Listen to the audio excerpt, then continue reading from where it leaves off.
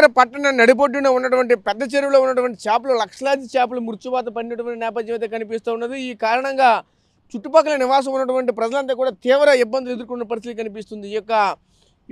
ఇక్కడ వచ్చినటువంటి స్మెల్కి పూర్తిగా భరించలేమంటూ కూడా ఇక్కడ స్థానికులు కూడా వాపోతున్న పరిస్థితి కనిపిస్తుంది. ప్రస్తుతం మనమైతే అజంతా గార్డెన్ అని కూడా ఈ యొక్క చెరువు గట్టుకు ఆనుకుని ఉంటున్న నేపథ్యం అయితే కనిపిస్తుంది. ఇదే ప్రాంతంలో వేలాది మంది వందలాది మంది సేద తీరుతూ ఒక రోజులో ఇక్కడ వాకింగ్ చేసుకుంటూ ప్రతిరోజు కూడా ఉన్నటువంటి నేపథ్యం కూడా కనిపించింది. అలాంటిది ఎవరు కూడా లేనటువంటి పరిస్థితి కనిపిస్తూ ఉన్నాయి. ఇదే క్రమంలోనే ఈ స్థానికులు కూడా మనతో పాటు ఉన్న అసలు ఏం జరుగుతుంది అంటే వాళ్ళ మాటలు తెలుసుకునే ప్రయత్నం చేద్దాం.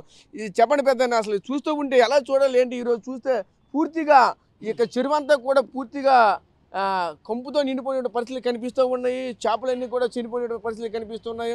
ఒక విధంగా చెప్పాలంటే ఈ చనిపోవడంతో ఒక వాటర్ పొల్యూషన్ జరిగినటువంటి పరిస్థితులు కనిపిస్తూ ఉన్నాయి. అలాగే ఎయిర్ పొల్యూషన్ కూడా విపరీతంగా జరిగింది. అసలు ఎవరు కూడా వెళ్ళలేని పరిస్థితి, వచ్చినటువంటి ప్రతి ఒక్కరు కూడా ముక్కులు వేలేసుకునేటువంటి పరిస్థితులు కనిపిస్తున్నాయి. అంతే ఎలా చూడాలి ఏంటిది?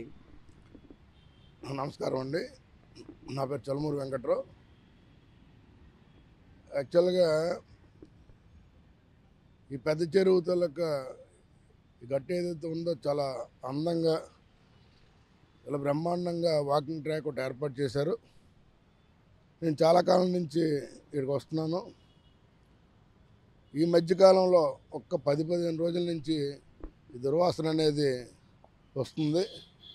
పూర్తిగా ఈ చేపలు చచ్చిపోవడం అవ్వచ్చు, లేకపోతే ఈ రబ్బీస్ టోటల్ అంతా ఏదైతే ఉందో వ్యర్థ పదార్థాలన్నీ వచ్చి ఇక్కడ ఉండిపోవడం వలన, అది క్లీన్ చేయకపోవడం వలన ఈ రకమైన వాసన వస్తుందని అనుకుంటున్నాం. చాలా బ్రహ్మాండంగా, చాలా చక్కగా ఎక్కువ మంది ఈ టైం చాలా ఎక్కువ మంది వచ్చేవారు. వాసన అయితే చాలా ఎక్కువ వస్తుంది.